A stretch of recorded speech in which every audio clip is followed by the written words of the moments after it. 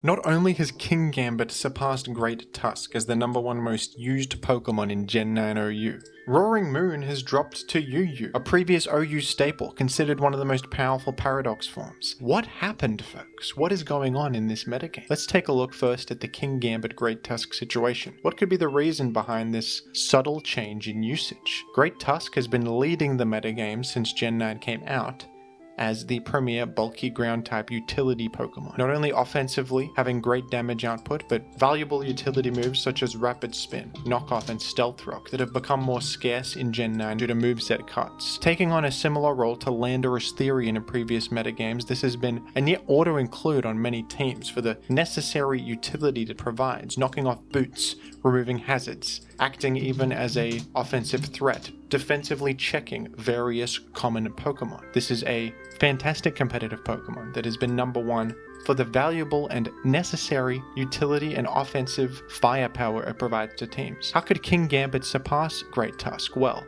in the new metagame, Great Tusk does have some more competition. Moltres has been on the rise. This is a great switch into Great Tusk that can cripple it with things like Will-O-Wisp. Flame Body Chance is annoying for Great Tusks that click Rapid Spin or Knockoff. These clicks are no longer as risk-free as they once were. The same can be said about Zapdos, another new addition to the metagame, who has risen as a great switch in against Great Tusk as well. Threatens Hurricane for a one-hit KO. Also has Static Chance to punish frequent Rapid Spin or Knockoff clicks. We also have Enamorus, who has risen as one of the most popular new offensive threats in the metagame. This can switch in against Great Tusk pretty safely as well, with an excellent Fairy Flying typing, resisting most of what Great Tusk can do, or at least a lot of its common clicks, and the ability to directly threaten it. So Great Tusk is a little bit worse in this metagame, but for the most part it's still been #1. This has only happened this month, and I think that the rise of Kingambit maybe says something about what is important in this metagame, because Kingambit is a Terrastalize abuser. It is probably the most high value Pokemon to Terrastalize on in this metagame, because the value of getting a free turn to Swords Dance on this Pokemon is enormous. It has a damage source that ignores Unaware, which is a common way to beat certain boost sweeping threats in this metagame. It is probably the most consistent offensive Pokemon in Gen 9. Not only that, it provides excellent defensive utility to teams, and the fact that it has priority means that is just even more value on Terrastalizing Swords Dancing up.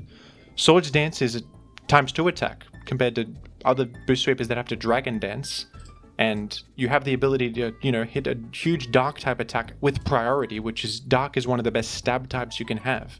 You can enhance it with Terra like this set does, or you can use Terra defensively to gain free turns. So I think that it makes sense. It's a bit surprising to see, but I think that this is just a no-brainer to use on teams. This is by far the most powerful and scariest offensive threat, and compared to other offensive threats it's competing with that are also excellent in their own way, like Baxcalibur, Dragonite, Kingambit just feels so impactful for a single slot.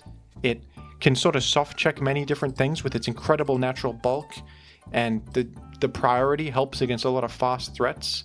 It's a stopgap against the enemy offense, and the stab types just match up well against things like the common Terra Water or Terra Fairy walls. You threaten big Dark Stab against Terra Water. This is super effective against Fairy, so you're just someone who can self-sufficiently handle all of the common defensive Pokemon that may stop other boost sweepers. Kingambit can break through them in various ways, and I think Lumberry is my personal favorite item on it to handle like Will-O-Wisp, which is a common way to respond to Kingambit. So what about Roaring Moon, folks? Why do we think Roaring Moon fell down to UU? This is, by all accounts, an excellent Pokemon, right? Roaring Moon is one of the greatest users of booster energy. With the Terraflying Acrobatics combo, it gets a lot out of Dragon Dancing up. It has even a great Choice Band set with a Choice Band boosted U-turn. It's pretty damn fast. It has excellent stats, a great offensive typing. What's the deal? This Pokemon seems amazing. I think that what's happened here is that as a Dragon Dance sweeper, I think that Baxcalibur has been rising up massively recently as kind of a superior choice. It has access to Thermal Exchange, and in this metagame where Will-O-Wisp is becoming more common, not only on Moltres, but it also has been common on Rotom Wash, the ability to completely prevent that form of counterplay against your Dragon Dance sweep is huge. Roaring Moon is vulnerable. It always has been vulnerable to Rotom Wash with the Will-O-Wisp on it. That's another issue Dragonite has. but Baxcalibur completely bypasses this. Baxcalibur also kind of has a nicer offensive stab type in Ice, which threatens more relevant Pokemon like flying types, Moltres and Zapdos. Plus it doesn't make physical contact, which is really nice because these both have abilities that punish making physical contact. It even has access to Ice Shard for priority.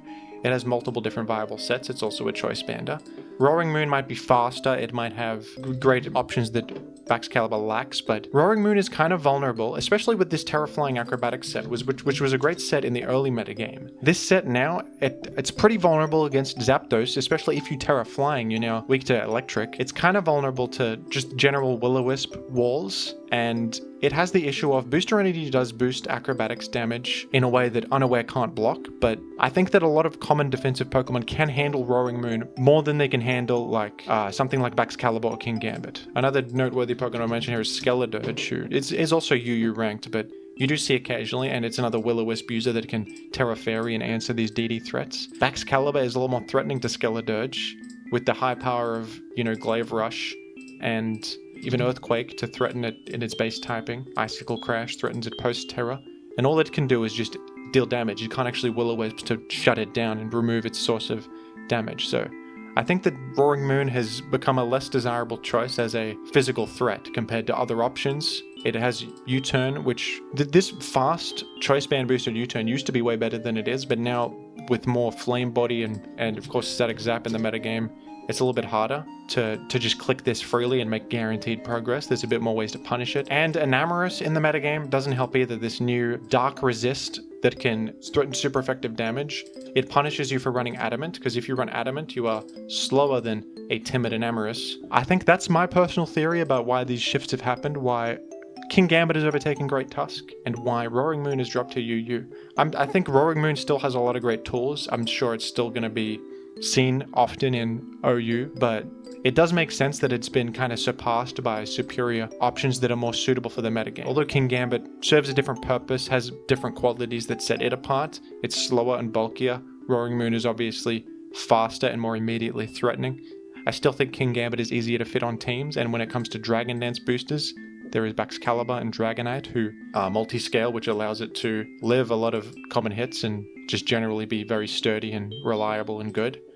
Whereas Roaring Moon may struggle as a offensive sweeper in this metagame a little bit more. I think it's still viable, but it might struggle a bit more than these other ones, who provide more relevant advantages in this metagame. What do you think, folks? Do you agree with my assessment here? How are you liking the Gen 9 metagame so far, with all the shifts and whatnot? And also, before I go, thank you very much to the patrons for your continued support, and to the donators. Look at this. To my Gen 3 OU tournament, we have a prize pool of $2,260 approximately, thanks to all of you. It's only been a day. I can't believe this.